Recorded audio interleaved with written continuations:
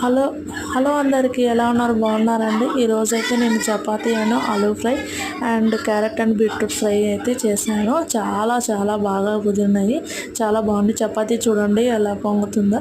ఏం లేదండి, చపాతీ పిండిలో కొంచెం సాల్ట్, కొంచెం ఆయిల్ వేసి మెత్తగా కలపాలి.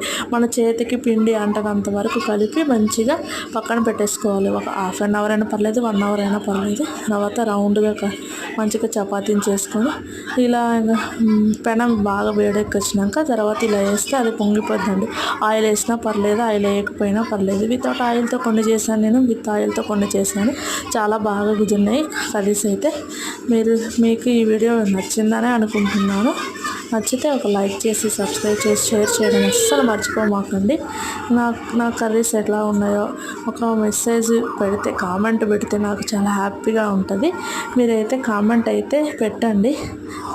ఇలాంటి కంటెంట్స్తో ఇంకా మరెన్నో వీడియోలతో మేము ముందుకు వస్తాను.